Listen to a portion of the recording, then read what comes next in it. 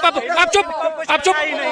ये पचा नहीं पा रहे हैं, ये इन चीजों को पचा नहीं पा रहे हैं, इसलिए बौखला रहे हैं, इसलिए हमें कह रहे हैं चुप। चुप तो ये रहे, चुप ये रहे को है। ये जो राम को अपमान करे, जो सनातन को अपमान करे, वो देश को कभी नहीं भला कर सकता, वो देश को भला कभी नहीं कर सकता। ऐसा तो फाइनल का छुपने का तरीका क्या होता है? राम नाम की चादर ओढ़ ली, जय श्री राम जय श्री राम जय श्री राम, दैट्स ऑल। रोजगार कहाँ है? जय श्री राम। मंदिर बन गया, जय श्री राम। धारा 370 हट गई, जय श्री राम। भाई बेरोजगारी बढ़ गई, जय श्री राम। अवैध घुसपैठिए बढ़ गए, जय श्री राम।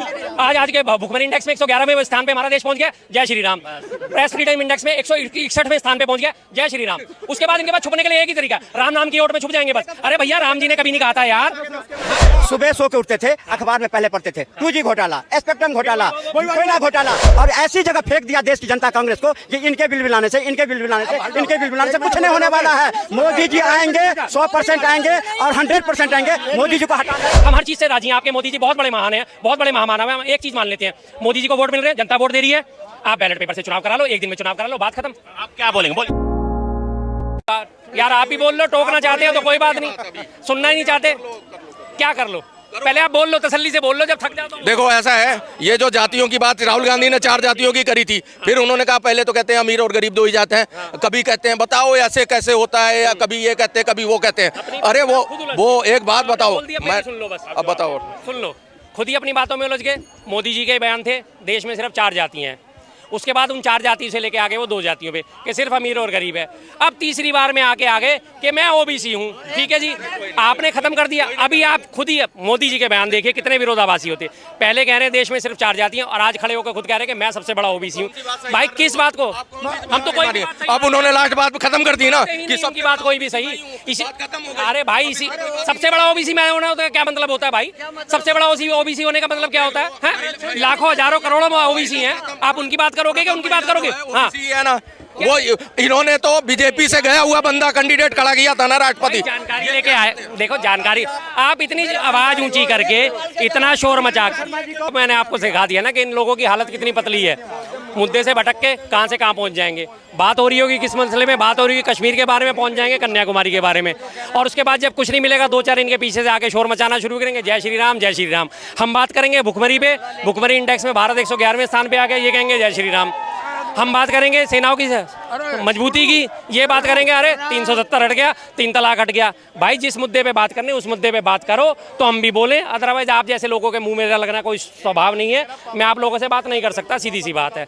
अब आप कुछ पूछना चाहते हैं तो बताइए। कांग्रेस ने तो 65 साल नहीं कभी देश की जनता के साथ बात की मुद्दे पर, तो कांग्रेस ने कभी जनता के साथ बात नहीं करी। मुद्दे की बात करवाओ, और रही बात मुद्दे की बात, अगर मुद्दे की बात कांग्रेस किया होता तो आज कांग्रेस की वो हाल होती जो कचरे में जाता, कचरे में जाता आज कांग्रेस सुबह सो के उठते थे, अखबार में पहले पढ़ते थे 2G घोटाला, स्पेक्ट्रम घोटाला, कोयला घोटाला, सारे घोटाला, और जनता ने इसको देखते देखते, इसको पढ़ते पढ़ते जनता ने तय करा 2014 में कि इस घोटालेबाज को कचरे के समान समेट के और कचरा में फेंक दो। और ऐसी जगह फेंक दिया देश की जनता कांग्रेस को कि इनके बिल लाने से, इनके बिल लाने से, इनके बिल लाने से कुछ नहीं होने वाला है। मोदी जी आएंगे, 100% आएंगे और 100% आएंगे। मोदी जी को हटाने, मोदी आएगा, मोदी आएंगे, आने दो, मुझे कोई चिंता नहीं है। मोदी जी आओ या कोई भी आओ, पहली बात तो ये बुजुर्ग आदमी है,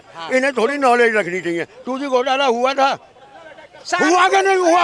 हाँ या ना? हाँ हुई थी, सारे घोटाले हुए थे, कोयला घोटाला, 2G स्पेक्ट्रम घोटाला।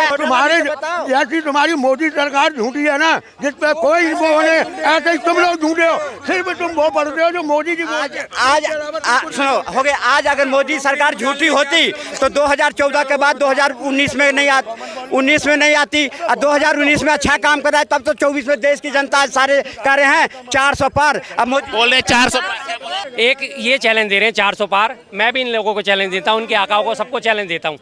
आप एक चरण में चुनाव करा लीजिए और बैलेट पेपर से चुनाव करा लीजिए, बात खत्म बस। क्या बोले? ये रोना तब रोते हैं जब हार जाते हैं। तेलंगाना जीतने के बाद इन्होंने नहीं रोए, और जब हम वहाँ राजस्थान जीते, छत्तीसगढ़ जीते, मध्य प्रदेश जीते, तो इनको रोना आ गया ईवीएम खराब। या फिर लोकसभा हारेंगे फिर कहेंगे ईवीएम खराब। इनकी जो हारने की प्रक्रिया है ना, हारने का सिलसिला लग गया है, और उससे उभरने के लिए एक ही इल्जाम लगाते हैं, ईवीएम खराब, मोदी जी का शासन खराब। अरे मोदी जी का शासन खराब होता तो मोदी जी इतने बहुमत से जीतने से पहले जीते तो उससे ज़्यादा जीते। और फिर देश की जनता, अब इनके भी कांग्रेस के जो आका हैं वो भी कह दिया कि मोदी जी अब तो 400 पार। मोदी जी वाराणसी सीट, एक मिनट भाई, एक मिनट मोदी जी वाराणसी संसदीय क्षेत्र से हैं। अभी सुप्रीम कोर्ट में याचिका डली है, इलेक्शन कमीशन का पूरा डाटा उसमें गया है। वाराणसी से 7.5 लाख वोटर लोग हैं, उनके नाम काट दिए गए हैं। पता करके पूरे मोहल्ले चिन्हित करके कि यहाँ से बीजेपी को वोट नहीं मिला था, उस एरिया के लोगों के वोट ही काट दिए गए हैं। ये हालत है। सुप्रीम कोर्ट में ऑलरेडी रिट पिटीशन डल चुकी है इस बारे में। अभी आप देखते रहिए क्या क्या आपकी पोलें खुलेंगी। उसके बाद कांग्रेस का राजस्थान का चुनाव का, राजस्थान में जो चुनाव है उसमें जो है कांग्रेस और बीजेपी के जो वोट शेयरिंग में अंतर था, दोनों का जो जीतने का जो मार्जिन था वो करीब 16 लाख वोट का था। लेकिन जब उसको दिखाया गया, वहाँ पे उन्होंने दिखाया कि 9 लाख वोट उनको फालतू पड़े। लेकिन कैंडिडेट वाइज जब सारे की टोटलिंग करी गई तो वो टोटल जो बैठता कांग्रेस से 16 लाख फालतू बैठता। यानी कि जब उन्होंने बताया पहला आंकड़ा, उसमें तो 9 लाख वोट से आगे थी बीजेपी। लेकिन जब फाइनल एक सीट का जब टोटल करा गया कि इसको 20 वोट मिले, इसको 20 वोट मिले, इसको 40 वोट मिले बीजेपी के कैंडिडेट्स के और कांग्रेस के कैंडिडेट्स के, तो वो जो आंकड़ा बैठता है 16 लाख जाके बैठता है। 7 लाख वोट उससे ज़्यादा फालतू हैं। उसका भी मामला सुप्रीम कोर्ट में चला गया और सबूतों के साथ गया। इतनी छोटी से उदाहरण सबको पता है भी चंडीगढ़ मेयर चुनाव का क्या हाल हुआ है, कैसे कैसे बुरा हाल करा गया है ना।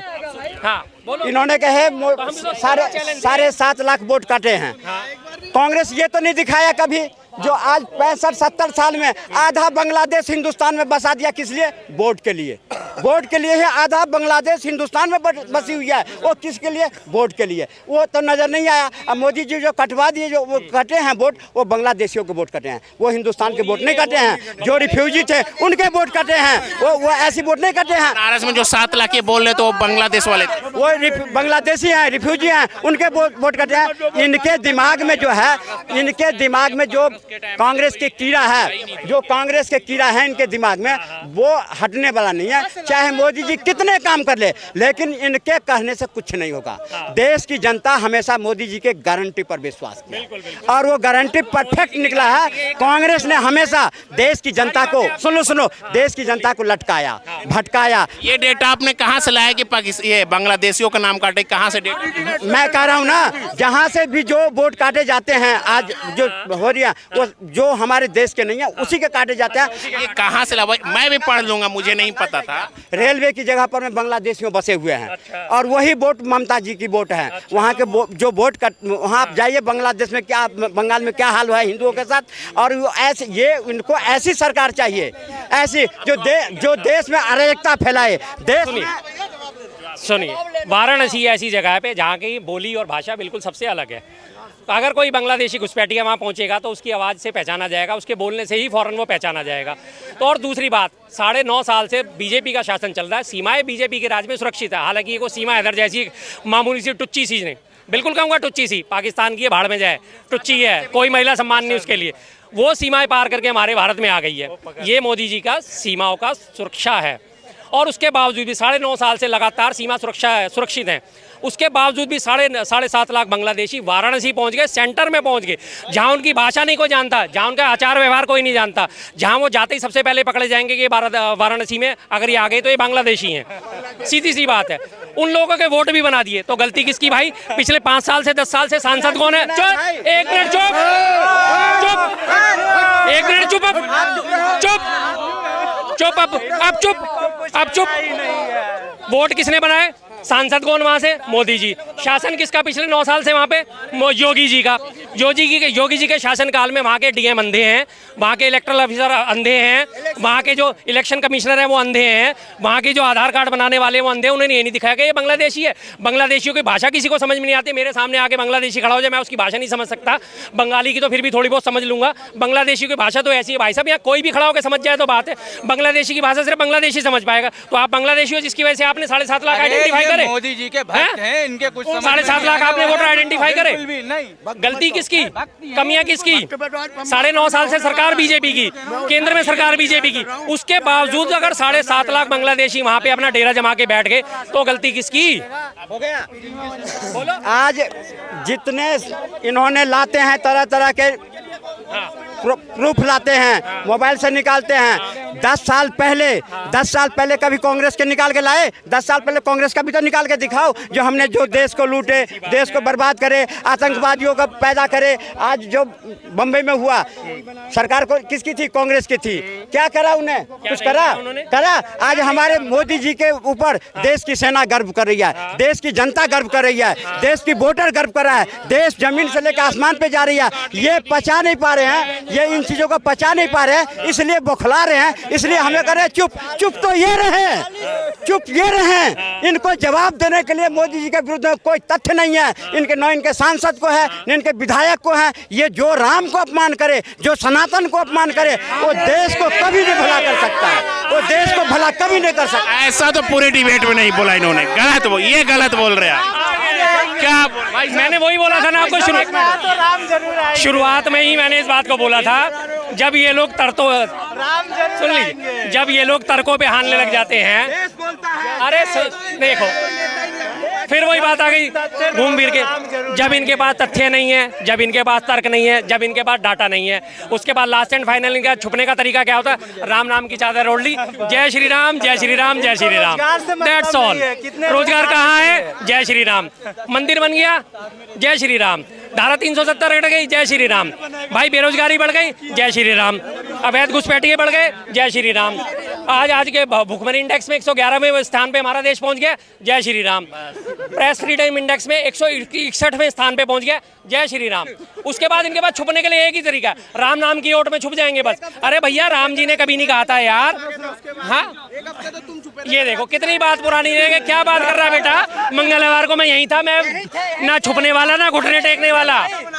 हाँ बिल्कुल, पता लग गया ना। अगर मेरी बात, बड़े पीछे से बोल रहा है बेटा, है बहुत पुराने टाइम से बोल रहा है। भाई साहब 1 मिनट, उसकी बात का जवाब देते हैं। बेटे की छोटा है वो, कोई बात नहीं। हाँ, ईवीएम की बात क्या इसने बात करी थी, कह रहा है 1 हफ्ते में नजर नहीं आया। जिस दिन रिजल्ट आया था, संडे को रिजल्ट आया था, मैं ट्यूसडे को यहीं पे था। और उसके बाद वीरवार को मैंने यहाँ सारे चैनल्स पे जाके पूरा का पूरा डाटा निकाल के दिया था कि ईवीएम में किस किस तरह से हेराफेरी हुई है, किस किस तरह से इसमें हरकतें हुई हैं। और उसके बावजूद उन चीज़ों को लेकर जंतर मंतर पे लगातार प्रदर्शन हो रहे हैं। लाखों के लाखों फौजी वहाँ पे इकट्ठे हो रहे हैं। 32 लाख फौजियों के बीच में संदेश जा चुका है। आज या कल में किसी भी टाइम में उनकी रैली आहूत होने वाली है जंतर मंतर पे। और पहले अभी 6 जनवरी को हमारी वहाँ पे रैली हुई थी ईवीएम के खिलाफ, उसमें हजारों लोग जुड़े थे। उसके बाद अब लाखों लोग जुड़ने शुरू हो गए। सबको ये बात समझ में आ रही है, लेकिन ये लोग नहीं समझेंगे क्योंकि इनके पास मतलब क्या है, क्योंकि इन्हें मीडिया नहीं दिखा रहा, कवरेज नहीं दिखा रहा। इन्हें लद्दाख की रैली के बारे में नहीं पता होगा, किसी मेन मीडिया ने नहीं दिखाया, कोई प्रेस कॉन्फ्रेंस नहीं करी, किसी मीडिया ने अपनी डिबेट में ये सवाल नहीं उठाया कि लद्दाख के लोग आज सड़कों पर क्यों हैं। नहीं उठाया, क्योंकि इनसे इनका पर्पस सॉल्व नहीं होता। इनका पर्पस किससे सॉल्व होगा कि अगर लद्दाख के लोग अपने वो कर रहे हैं, जय श्री राम, ईवीएम खराब है, जय श्री राम, सही है। अरे भाई, तुम इतने ही सही हो, आप हमारा सिर्फ एक चैलेंज एक्सेप्ट कर लो, सारी चीज़ें छोड़ दो, हम हर चीज़ से राजी हैं। आपके मोदी जी बहुत बड़े महान हैं, बहुत बड़े महामानव हैं। हम एक चीज़ मान लेते हैं, मोदी जी को वोट मिल रहे हैं, जनता वोट दे रही है, आप बैलेट पेपर से चुनाव करा लो, 1 दिन में चुनाव करा लो, बात खत्म। आप क्या बोलेंगे? बोलिए। सबसे पहले इन्होंने कहे राम नाम की चादर ओढ़ लेते हैं, राम नाम की चादर ओढ़ लेते हैं। तो आज मोदी जी ने राम नाम की चादर ओढ़ के जो शुरुआत करी थी, तो 2 सीट से आज 330 पर पहुंची और 400 के पार करने वाले हैं। वो राम की कृपा है, होई है सो जो राम रचि राखा। राम की कृपा हुई जो मोदी जी पर हुआ। और कांग्रेस पर किसकी कृपा है? अल्लाह अकबर। उनकी चादर ओढ़ते ओढ़ते आज 65 साल से वो चले गए। जब जागा हिंदुस्तान की जनता को पहले विकल्प नहीं था इनके खिलाफ, जब विकल्प आया तो ऐसा रगड़ा जो अब इनको एक राम दिख रहा है, झंडा दिख रहा है। वो झंडा पहले क्यों नहीं दिखा आपको?